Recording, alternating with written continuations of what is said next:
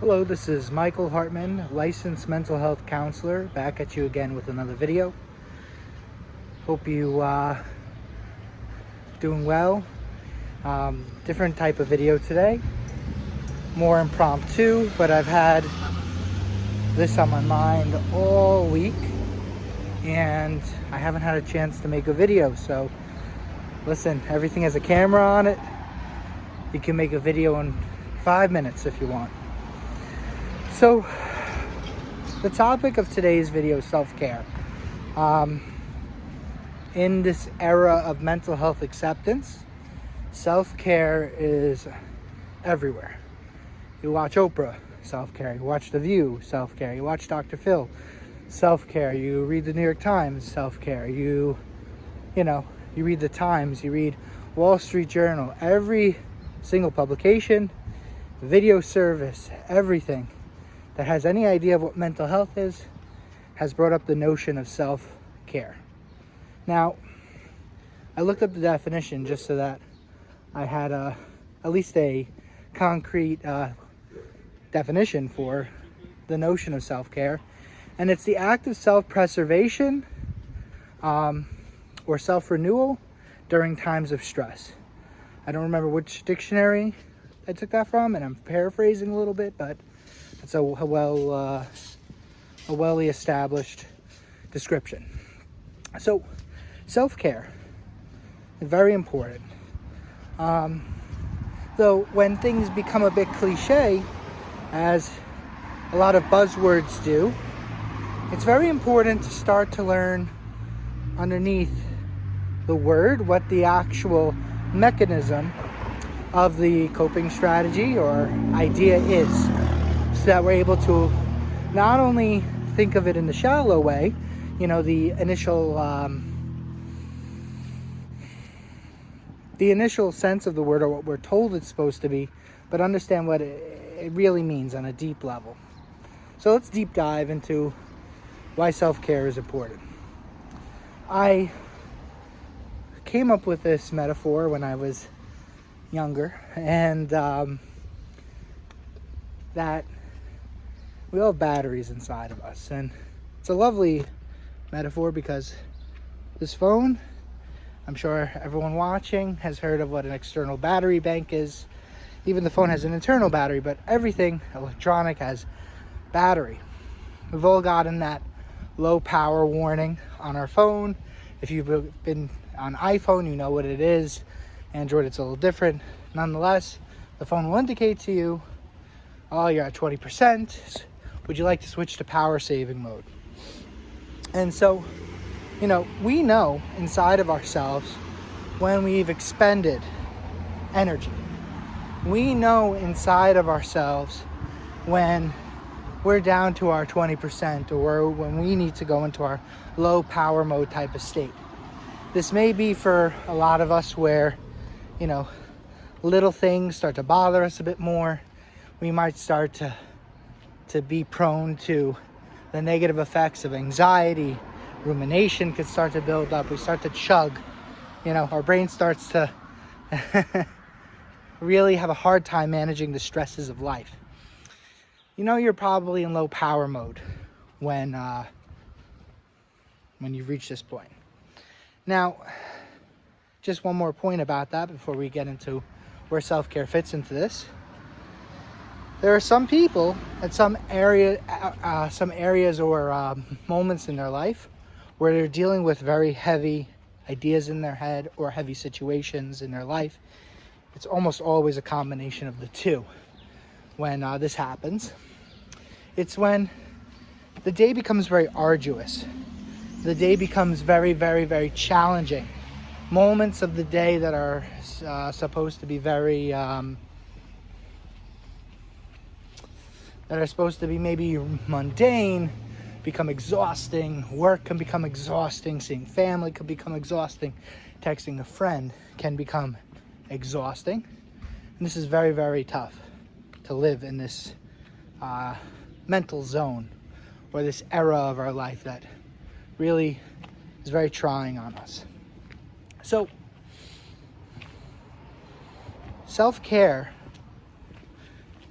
is very important for people who are in this area of their life where everything is really very hard and a struggle. And it's also very important for everyday people to just maintain themselves. And a lot of the time when you're outside of a professional setting, you know, you don't need mental health services, your inner psychology is kind of a self-maintaining thing. It doesn't require a lot of effort to feel well. You're just in an all right or a good time of your life, maybe even a really good time of your life. Self-care doesn't really need to be practiced, it just happens.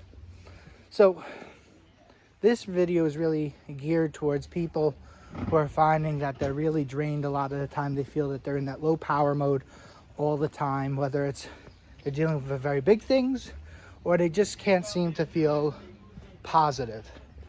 So the idea of self-care is like plugging yourself in to a charger. The activities that you like to do, the foods you like to eat, the breaks you need to take throughout your day, you know, the nice clothes that you choose to wear.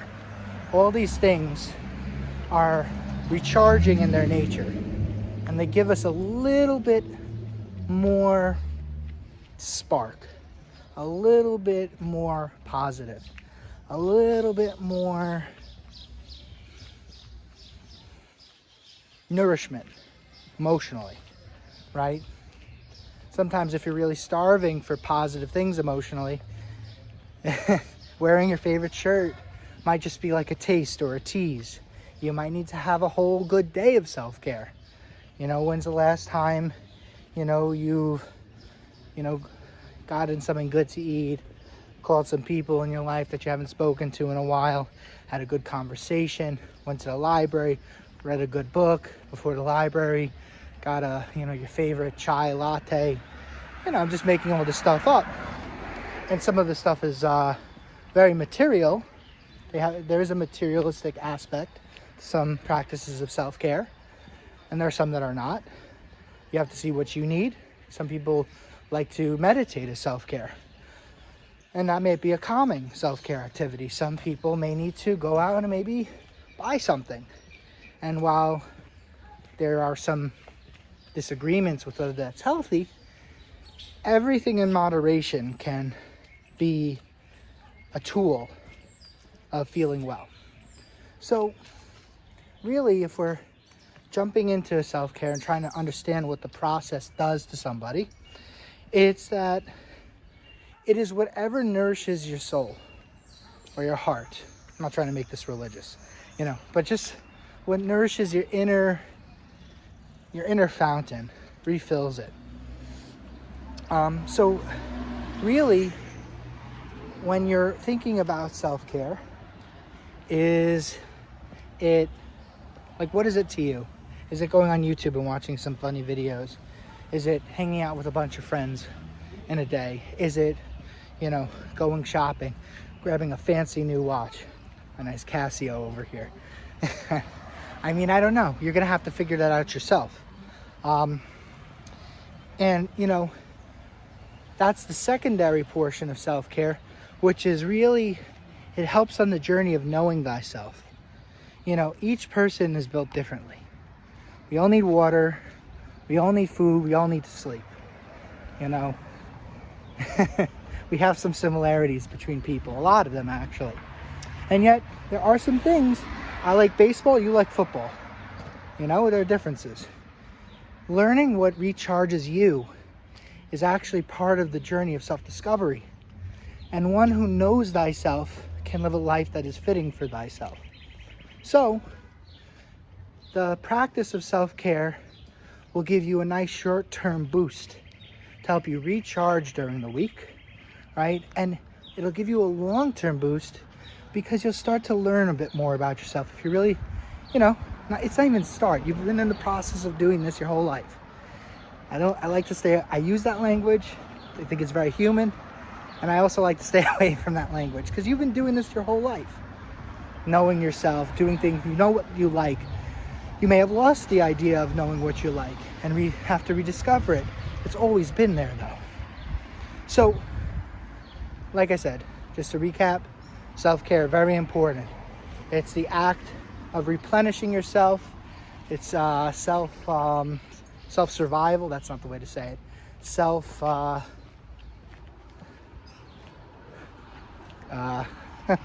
What is it? Self-preservation during times of stress. It's a renewing of yourself. It's a renewing of the positivity within yourself. And so it's like recharging your internal battery so that when the problem comes up in your life that requires, say, 20% of your battery just to get through that situation, you're attacking that problem from being 93% charged. And then you hit the problem, it hits you, boom, you have to deal with it. And now you're 20% down, but you're at 73% versus you were at 50% and the problem hits you and now you're down to 30%. And you do the math. What's better, to be more replenished before life takes a chunk of your energy away, or to be less? All this process can really be facilitated very well in the psychotherapeutic relationship. So if you do have questions about self-care and you're already in psychotherapy, this is a very easy conversation to bring up with your therapist, and you can get more advice, and you can actually chew on the idea with somebody and have some dialogue with them. This is very important and very, very helpful. You can talk to people who care about you in your life, figure out, talk to them about yourself, talk to them about, how you feel about things. You can also have a private conversation with yourself. You might already know, what you need to do, and this little video might be the kick in the butt that you needed to, oh man, I have been really grueling at work. Like, let me actually take a second aside and, do some rest, do some excitement that's not work, do some soothing. And that's one last point. Self-care is about rest, calming the mind, calming the body. And self-care is also about excitement, which is about enjoying the spice of life. Getting a meal that you really enjoy. The roller coaster effect, if you're into that. You're having a good time. You're jumping out of your skin. Maybe you're losing track of time and you're just having so much excitement. So you have to know what you need, calming or exciting. It's a bit of a dance. And it's also related back to your temperament. Some people really need to zen out, and some people really enjoy the thrill. Some people may find calming exercises to be more natural to them, and yet maybe the things that they're missing are the excitements, and vice versa. So that's it for today. Again, this is Michael Hartman, licensed mental health counselor, back at you again with another video. I hope wherever you guys are, whatever time you're watching this, you have a good day, a day of wellness, a night of wellness, wherever you're at, and that you can really be taking care of yourself, because no one's going to do it besides you. Pleasure speaking with you guys today. Have a nice one. Bye.